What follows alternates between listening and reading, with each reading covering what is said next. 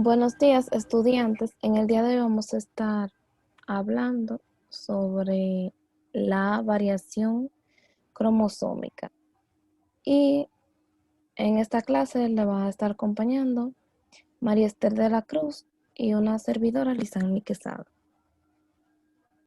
El objetivo de esta clase es analizar y comprender las variaciones cromosómicas y su clasificación, así como también los factores que intervienen en esta. Muy bien. Entonces, se considera como variación cromosómica a cualquier cambio que afecte a la disposición lineal de los genes sobre los cromosomas o el número de estos. Entre los tipos de variaciones cromosómicas se conocen dos. Están las variaciones estructurales y las variaciones numéricas. Las variaciones estructurales, como su nombre lo indica, son aquellas que afectan a la estructura de los cromosomas, pudiendo tratarse de, o su clasificación es, de lesiones, duplicaciones, inversiones y traslongaciones. La primera que tenemos son las de lesiones o de lesión, y esta es la eliminación de una parte de la secuencia del cromosoma, ya sea de un par de bases o de trozos de tamaño considerable. Cuanto mayor sea el tamaño eliminado, menos viable será sobre el individuo. Aquí nos encontramos también con dos tipos de lesiones, refiriéndonos a la zona en que se elimina. Entre estas están las intersticiales. Esta ocurre si la eliminación es de genes del medio del cromosoma. Y también están las de lesiones terminales, y esta ocurre si la eliminación es de genes situados en el extremo del cromosoma. Ambas son mutaciones muy bruscas, ya que si las bases eliminadas no son múltiplos de 3, cambia completamente el marco de la estructura para todo el cromosoma originado. El segundo tipo de variación estructural es la duplicación, y esta es la situación en la que un segmento cromosómico o secuencia aparece repetida, provocando la sobreexpresión de genes, y es menos brusca que las deleciones.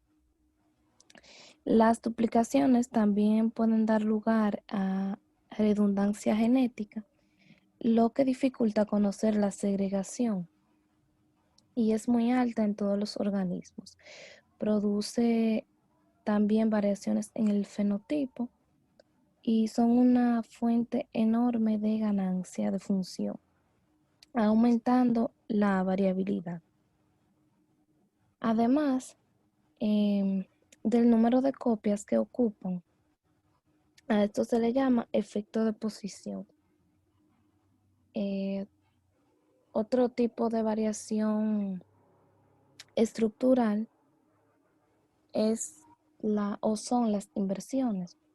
Estas son un cambio estructural por el cual un segmento cambia de sentido dentro del propio cromosoma.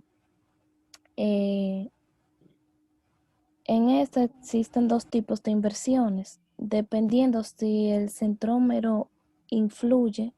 A esto se le llama paracéntricas o no pericéntricas. Además, pueden ser simples o complejas, dependiendo de si se interviene un único fragmento o varios. Y esta se detecta por la aparición de apareamientos durante la meiosis que no son normales. Y por último, entre los tipos de variaciones estructurales tenemos las Translongaciones. Estas son intercambios de fragmentos entre cromosomas, tanto dentro de la misma pareja como entre parejas. Un detalle que debemos saber es que si el intercambio es bidireccional, se intercambian trozos cromosómicos y a esto se le denomina recíproco. Entonces, si el intercambio es unidireccional, solo se cede y el otro solo recibe. Y a este se le denomina no recíproco. Y también las translongaciones, igual que las inversiones, pueden ser simples o múltiples, dependiendo si hay un único intercambio o varios respectivamente. Ahora vamos a hablar de lo que son las variaciones numéricas. Las variaciones numéricas suponen, respecto al número de cromosomas de la especie, un cambio en el número de cromosomas del individuo analizado. Los individuos con una variación cromosómica numérica tienen uno o varios cromosomas de más o de menos del complemento cromosómico normal. Los vegetales suelen soportar mejor las variaciones numéricas, mientras que la mayoría de los animales presentan problemas de viabilidad o fertilidad cuando los portan. Cuando hablamos de los tipos de variaciones numéricas, podemos encontrar lo que es la poliploidía, haploidía y aneuploidía. Ahora vamos a pasar con el primer tipo de variación numérica, que es la poliploidía, que produce sobre los individuos efectos morfológicos y fisiológicos marcados, siendo el más inmediato el incremento del tamaño celular, que conduce generalmente a un incremento del tamaño de la planta, lo que se denomina efecto Gigas. La poliploidía es un suceso bastante frecuente en la naturaleza, si bien está más extendido dentro del reino vegetal que en el animal, ya que entre los animales solo unos pocos grupos de insectos, crustáceos y algunos anfibios y peces suelen mostrar series poliploides. También en animales está mucho menos difundida la poliploidía, ya que estos presentan muchos problemas fisiológicos, como el tamaño del animal, que no aumenta, y por tanto, al ser las células más grandes, los poliploides tienen menor número de ellas. Otro problema también es que presentan aquellos individuos con una determinación del sexo que depende del consciente entre autosomas y cromosomas sexuales. Dentro de los tipos de poliploidía tenemos lo que es la poliploidía en la naturaleza, que es rara en animales y frecuente en vegetales, más en angiosperma que en gimnosperma. Y también tenemos la poliploidía inducida, que esta es en planta, lo que produce en ellas una regeneración de tejidos, choques térmicos, también sustancias químicas como corchinas y ácidos nitrosos. El otro tipo de variación numérica es la haploide, que esta es una condición de un organismo o tejido con un solo juego de cromosomas. Estas aparecen fundamentalmente en vegetales y se caracterizan por una disminución del tamaño con respecto a los diploides, tanto en partes vegetativas como florales. Las semillas presentan el tamaño de las producidas por los diploides.